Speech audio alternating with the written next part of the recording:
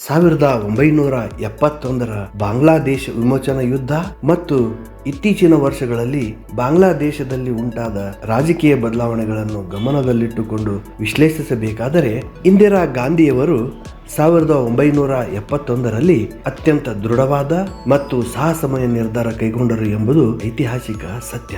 ಪೂರ್ವ ಪಾಕಿಸ್ತಾನದಲ್ಲಿ ನಡೆಯುತ್ತಿದ್ದ ದೌರ್ಜನ್ಯಗಳನ್ನು ತಡೆಯಲು ಮತ್ತು ಭಾರತಕ್ಕೆ ಬರುತ್ತಿದ್ದ ನಿರಾಶ್ರಿತರ ಸಮಸ್ಯೆಯನ್ನು ಬಗೆಹರಿಸಲು ಅವರು ಮಿಲಿಟರಿ ಕಾರ್ಯಾಚರಣೆಗೆ ಅನುಮತಿ ನೀಡಿದರು. ಕೇವಲ 19 ದಿನಗಳಲ್ಲಿ ಪಾಕಿಸ್ತಾನದ 93,000 ಸೈನಿಕರು ಶರಣಾಗುವಂತೆ ಮಾಡಿದ್ದು ಜಾಗತಿಕ ಇತಿಹಾಸದಲ್ಲೇ ದೊಡ್ಡ ಸಾಧನೆ.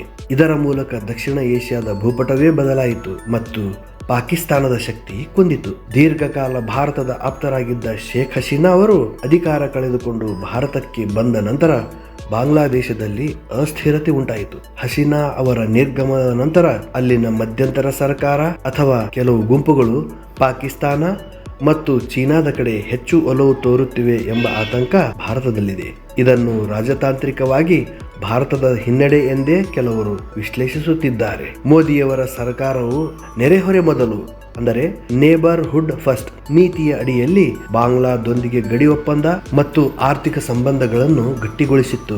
ಆದರೆ ಇತ್ತೀಚಿನ ಆಂತರಿಕ ದಂಗೆಗಳು ಮತ್ತು ರಾಜಕೀಯ ಬದಲಾವಣೆಗಳು ಭಾರತದ ನಿಯಂತ್ರಣ ಮೀರಿ ನಡೆದ ಘಟನೆಗಳಾಗಿವೆ. ಅಂದು 1971ರಲ್ಲಿ ನೇರ ಯುದ್ಧ ಮತ್ತು ಹೊಸ ರಾಷ್ಟ್ರ ಸೃಷ್ಟಿಯಾಗಿತ್ತು. ಇಂದು ನೆರೆಯ ದೇಶದ ಆಂತರಿಕ ರಾಜಕೀಯ ಬಿಕ್ಕಟ್ಟು ಪ್ರಜಾಪ್ರಭುತ್ವ ವ್ಯವಸ್ಥೆಯಲ್ಲಿ ಒಂದು ದೇಶದ ಆಂತರಿಕ ದಂಗೆಯನ್ನು ಹೊರಗಿನಿಂದ ಸಂಪೂರ್ಣವಾಗಿ ನಿಯಂತ್ರಿಸುವುದು ಯಾವುದೇ ಸರ್ಕಾರಕ್ಕೆ ಸವಾಲಿನ ಕೆಲಸ. ಇಂದಿರಾ ಗಾಂಧಿಯವರು ಪಾಕಿಸ್ತಾನವನ್ನು ಸೀಳುವ ಮೂಲಕ ಭಾರತದ ಭದ್ರತೆಯನ್ನು ಹೆಚ್ಚಿಸಿದ್ದರು. ಪ್ರಸ್ತುತ ಮೋದಿ ಸರ್ಕಾರದ ಮುಂದಿರುವ ಸವಾಲು ಎಂದರೆ ಬಾಂಗ್ಲಾದೇಶವು ಮತ್ತೆ ಪಾಕಿಸ್ತಾನ ಪ್ರಭಾವಕ್ಕೆ ಒಳಗಾಗದಂತೆ ತಡೆಯುವುದು ಮತ್ತು ಅಲ್ಲಿನ ಅಲ್ಪಸಂಖ್ಯಾತರ ಹಿತರಕ್ಷಣೆ ಮಾಡುವುದು. 1971ರಲ್ಲಿ ಜಗತ್ತು ಶೀತಲ ಸಮರದ ಅಂದರೆ ಕೋಲ್ಡ್ ವಾರ್ ಕಾಲದಲ್ಲಿತ್ತು. ಆಗ ಭಾರತಕ್ಕೆ ಸೋವಿಯತ್ ಒಕ್ಕೂಟದ ಬೆಂಬಲವೂ ಸಹ ಇತ್ತು. ಇಂದು ಪರಿಸ್ಥಿತಿ ಬದಲಾಗಿದೆ.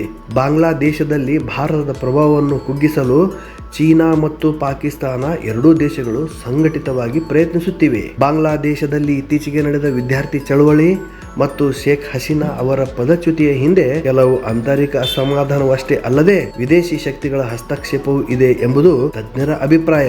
ಜಮಾತ್ ಎ ಇಸ್ಲಾಂ ಈ ಸಂಘಟನೆಯು ಮೊದಲಿನಿಂದಲೂ ಪಾಕಿಸ್ತಾನದ ಪರ ಒಲವು ಹೊಂದಿದೆ. ಹಸೀನಾ ಅವರು ಅಧಿಕಾರದಲ್ಲಿದ್ದಾಗ ಇವರನ್ನು ಹತ್ತಿಕ್ಕಲಾಗಿತ್ತು. ಆದರೆ ಈಗ ಅವರು ಮತ್ತೆ ಮುನ್ನೆಲೆಗೆ ಬರುತ್ತಿರುವುದು ಭಾರತಕ್ಕೆ ತಲೆನೋವಾಗಿದೆ. ಅದೇ ರೀತಿ ಮೋದಿ ಸರ್ಕಾರದ ಮುಂದಿರುವ ಪ್ರಮುಖ ಸವಾಲುಗಳೆಂದರೆ ಭಾರತ ವಿರೋಧಿ ಚಟುವಟಿಕೆಗಳಿಗೆ, ವಿಶೇಷವಾಗಿ ಈಶಾನ್ಯ ರಾಜ್ಯಗಳಿಗೆ ಅಸ್ಥಿರತೆ ಉಂಟು ಮಾಡಲು ಬಳಸದಂತೆ ನೋಡಿಕೊಳ್ಳುವುದು. ದಕ್ಷಿಣ ಏಷ್ಯಾದಲ್ಲಿ ಬಾಂಗ್ಲಾದೇಶವು ಭಾರತದ ಅತಿ ದೊಡ್ಡ ವ್ಯಾಪಾರ ಪಾಲುದಾರ.